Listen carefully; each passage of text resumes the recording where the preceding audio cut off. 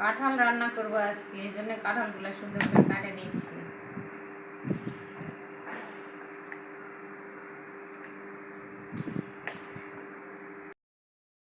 এই যে কাঁঠাল রান্না করব, এই জন্য সব রেডি করে নিয়েছি। এখন কড়া গরম হয়ে গেছে, কড়ার মধ্যে তেল দিয়ে দিলাম।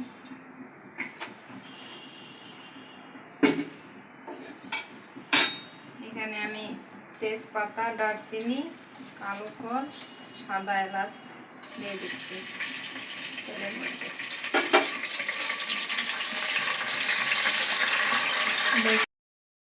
পেঁয়াজ কুচি আর কাঁচামরিচ কুচি দিয়ে দিচ্ছি।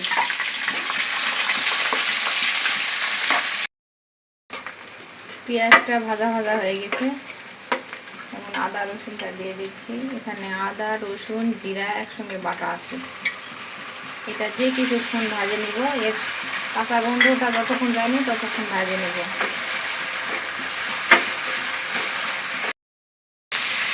আদা রসুনের কাঁচা গন্ধটা চলে গেছে, এখন আমি এখানে পানি দিয়ে দিচ্ছি।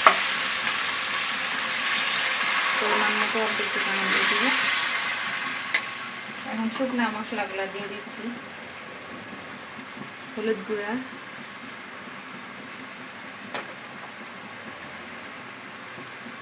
মরিচ গুঁড়া,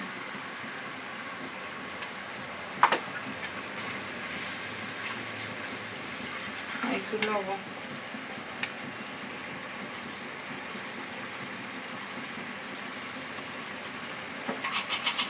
ভালো করে মশলাটা আমি কষে নেব।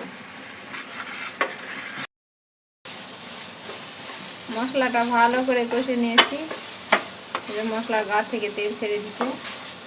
এখন আমি কেটে ধুয়ে রাখা কাঁঠাল দিয়ে দিব।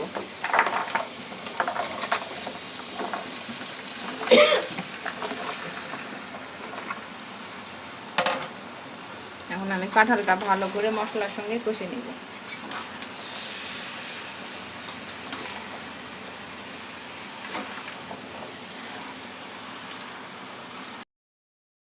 ভালো করে মশলা কাঁঠালের সঙ্গে মিশে ভালো করে নাড়িয়ে নেড়ে নিলাম। এখন এই অবস্থায় পানি দিব না, এরকমই কিছুক্ষণ ঢাকা দিয়ে সিদ্ধ করে নেব।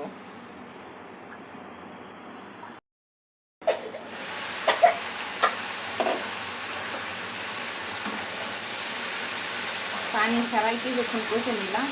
এতে কি হয়, কাঁঠালটা সুন্দর করে ভাজা ভাজা হয়, স্বাদ হয় ভালো। এখন পানি দিব, একটু নাড়ে নিচ্ছি। পানি দিয়ে দিলাম।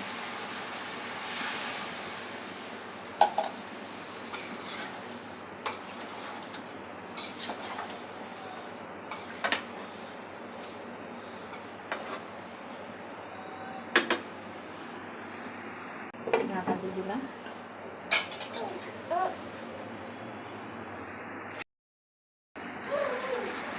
প্রায় আমার রান্না শেষের দিকে, এর মধ্যে একটু নেড়ে দিই। আর একটু পানি মরে গেলে আমার রান্না শেষ। এখন ঢাকা দিব না, এখন রেখে দিব, পানিটা আর একটু মরে। আমার রান্না কমপ্লিট। একটু খাই দেখায় কেমন লাগে, কেমন হচ্ছে দেখতে। মনে হচ্ছে সেই স্বাদ হয়ে যাচ্ছে কাঁঠাল রান্না, কালারটা সেই রকম আসছে। গরম, বিসমিল্লাহ। অনেক মজা হয়েছে।